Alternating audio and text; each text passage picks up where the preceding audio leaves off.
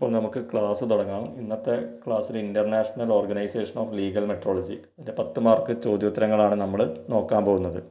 നമ്മൾ already basics of legal metrology ഭാഗത്ത് നിന്ന് 20 മാർക്കിൻ്റെ ചോദ്യോത്തരങ്ങൾ പഠിച്ചു. അത് കാണാത്തവരുണ്ടെങ്കിൽ പ്ലേലിസ്റ്റിലുണ്ടാവും. ഇൻസ്പെക്ടിംഗ് അസിസ്റ്റൻറ്റിൻ്റെ പ്ലേലിസ്റ്റിൽ നോക്കിയാൽ ക്ലാസ്സും അതിനോടൊപ്പം ചോദ്യോത്തരങ്ങളും കാണാം. എല്ലാവരും വീഡിയോ സ്കിപ്പ് ചെയ്യാതെ ലാസ്റ്റ് വരെ ഇരുന്ന് കാണുക. അപ്പോൾ ഇമ്പോർട്ടൻ്റ് ആയിട്ടുള്ള ചോദ്യങ്ങളാണ് നമ്മളിവിടെ ഡിസ്കസ് ചെയ്യുന്നത്. ഫസ്റ്റ് ക്വസ്റ്റ്യൻ, OIML എന്നതിൻ്റെ പൂർണ്ണരൂപം ഏതാണ്? Options A international office of measuring laws, option B international organisation of legal metrology, option C international organisation of metric laws, option D international office of legal measures. നിങ്ങൾ തന്നെ സ്വയം answer ചെയ്ത് നോക്കുക, അതിനുശേഷം മാത്രം ഉത്തരം നോക്കുക. കറക്റ്റ് ആൻസർ ഓപ്ഷൻ ബി ആണ്, international organisation of legal metrology, OIML. അതിൻ്റെ പൂർണ്ണരൂപമാണ് international organisation of legal metrology. രണ്ടാമത്തെ ചോദ്യം, OIML സ്ഥാപിതമായ വർഷം ഏത്? Options A 1945, B 1955, C 1965, D 1975. Answer വരുന്നത് ഓപ്ഷൻ ബി ആണ്, 1955. OIML സ്ഥാപിതമായ വർഷം 1955. നെക്സ്റ്റ് ക്വസ്റ്റ്യൻ, OIMLൻ്റെ ആസ്ഥാനം എവിടെയാണ്? Options A London, B Geneva, C Paris, D New York. ഇത് വളരെ ഇമ്പോർട്ടൻ്റ് ആയിട്ടുള്ള ക്വസ്റ്റ്യൻ ആണ്.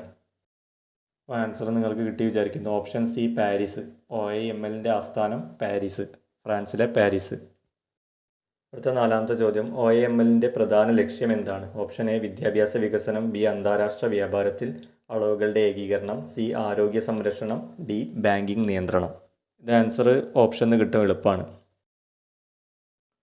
ആൻസർ കിട്ടി വിചാരിക്കുന്നു. ഓപ്ഷൻ ബി അന്താരാഷ്ട്ര വ്യാപാരത്തിൽ അളവുകളുടെ ഏകീകരണം OIMLൻ്റെ പ്രധാന ലക്ഷ്യമാണ്, അന്താരാഷ്ട്ര വ്യാപാരത്തിൽ അളവുകളുടെ ഏകീകരണം.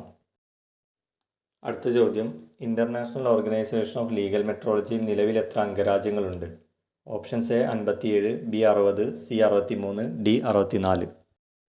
Correct answer option D 64. International organisation of legal മെട്രോളജിയിൽ നിലവിൽ 64 അംഗരാജ്യങ്ങളുണ്ട്. അടുത്ത ചോദ്യം, OIMLന് നിലവിൽ എത്ര കറസ്പോണ്ടിങ് മെമ്പേഴ്സ് ഉണ്ട്? Options A 58, B 63, C 67, D 70. Correct answer വരുന്നത് ഓപ്ഷൻ സി 67. OIMLന് നിലവിൽ കറസ്പോണ്ടിങ് മെമ്പേഴ്സ് 67 ആണ്. അടുത്തത് ഏഴാമത്തെ ചോദ്യം, OIML രൂപീകരണ ഉടമ്പടി അറിയപ്പെടുന്നത് ഏത് പേരിലാണ്? Options A Paris convention, B OIML convention, C metrology treaty, D Geneva agreement. Answer option B ആണ്, OIML കൺവെൻഷൻ. OIML രൂപീകരണ ഉടമ്പടി അറിയപ്പെടുന്നത് OIML കൺവെൻഷൻ എന്നാണ്. അടുത്തത് എട്ടാമത്തെ ചോദ്യം, OIML പ്രസിദ്ധീകരിക്കുന്ന സാങ്കേതിക രേഖകൾ അറിയപ്പെടുന്നത് എന്താണ്? Option A ISO rules, B OIML recommendations, C legal codes, D trade standards. നിങ്ങളോടൊരു കാര്യം പറയാനുള്ളത്, വീഡിയോ കാണുന്നവരൊക്കെ എന്തായാലും ലൈക്ക് അടിക്കുക, എന്നാലേ എനിക്ക് നിങ്ങൾക്ക് എത്രത്തോളം ഉപകാരപ്പെടുന്നുണ്ട് എന്ന് അറിയാൻ കഴിയുകയുള്ളൂ. പിന്നെ അതുമാത്രമല്ല, ഞാൻ ഓരോ ടോപ്പിക് വൈസ് തന്നെ 10 മാർക്കിൻ്റെ ചോദ്യങ്ങൾ ഡിസ്കസ് ചെയ്യാനാണ് വിചാരിക്കുന്നത്. അപ്പോൾ നിങ്ങൾക്ക് ഇതിലെന്തെങ്കിലും മാറ്റം വേണമെങ്കിൽ കമൻറ്റിൽ അറിയിക്കാം. നമുക്ക് ആൻസറിലേക്ക് കിടക്കാം. Option B OIML recommendations. OIML പ്രസിദ്ധീകരിക്കുന്ന സാങ്കേതിക രേഖകൾ അറിയപ്പെടുന്നത് OIML റെക്കമെൻഡേഷൻസ്. അടുത്തത് ഒമ്പതാമത്തെ ചോദ്യം, OIMLൻ്റെ പ്രവർത്തന ഭാഷകളിൽ ഉൾപ്പെടുന്നത് ഏത്? Option A Chinese, B Hindi, C English, D Spanish. Answer option C ഇംഗ്ലീഷാണ്. OIMLൻ്റെ വർക്കിംഗ് ലാംഗ്വേജസിൽ ഉൾപ്പെടുന്നത് ഫ്രഞ്ചും ഇംഗ്ലീഷുമാണ്, പക്ഷേ പ്രൈമറി ലാംഗ്വേജ് ആയിട്ട് പറയുന്നത് ഇംഗ്ലീഷാണ്. ഇനി അടുത്തത് പത്താമത്തതും അവസാനത്തതുമായ ചോദ്യം, ഇന്ത്യ OIMLലെ അംഗരാജ്യമാണോ? ഓപ്ഷൻ എ ആണ്, ബി അല്ല, സി നിരീക്ഷക രാജ്യം മാത്രം, ഡി ആയിരുന്നു. അപ്പോൾ ആർക്കും ഡൗട്ടൊന്നും വേണ്ട, ഇന്ത്യ OIMLലെ അംഗരാജ്യമാണ്. Answer option A. അപ്പോൾ ഇത്രയും ചോദ്യങ്ങളാണ് നമ്മളിന്ന് ഡിസ്കസ് ചെയ്യുന്നത്. അപ്പം ചാനൽ എല്ലാവരും സബ്സ്ക്രൈബ് ചെയ്ത് ബെൽ ബട്ടൺ എനാബിൾ ചെയ്യണം, എന്നാലേ നിങ്ങൾക്ക് വീഡിയോ അപ്ലോഡ് ചെയ്യുന്നതിനനുസരിച്ച് നോട്ടിഫിക്കേഷൻ വരികയുള്ളൂ.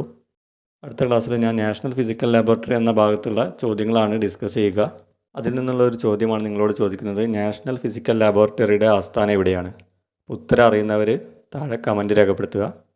അടുത്ത ക്ലാസ്സിൽ നമുക്ക് അതിൻ്റെ ഉത്തരം നോക്കാം. എല്ലാവരും അന്നന്ന് തന്നെ ചോദ്യോത്തരങ്ങൾ പഠിച്ചു പോവുക. നോട്ട് ചെയ്യാൻ പറ്റുമെങ്കിൽ അത് നല്ലതാണ്. അപ്പോൾ എല്ലാവർക്കും താങ്ക് യു.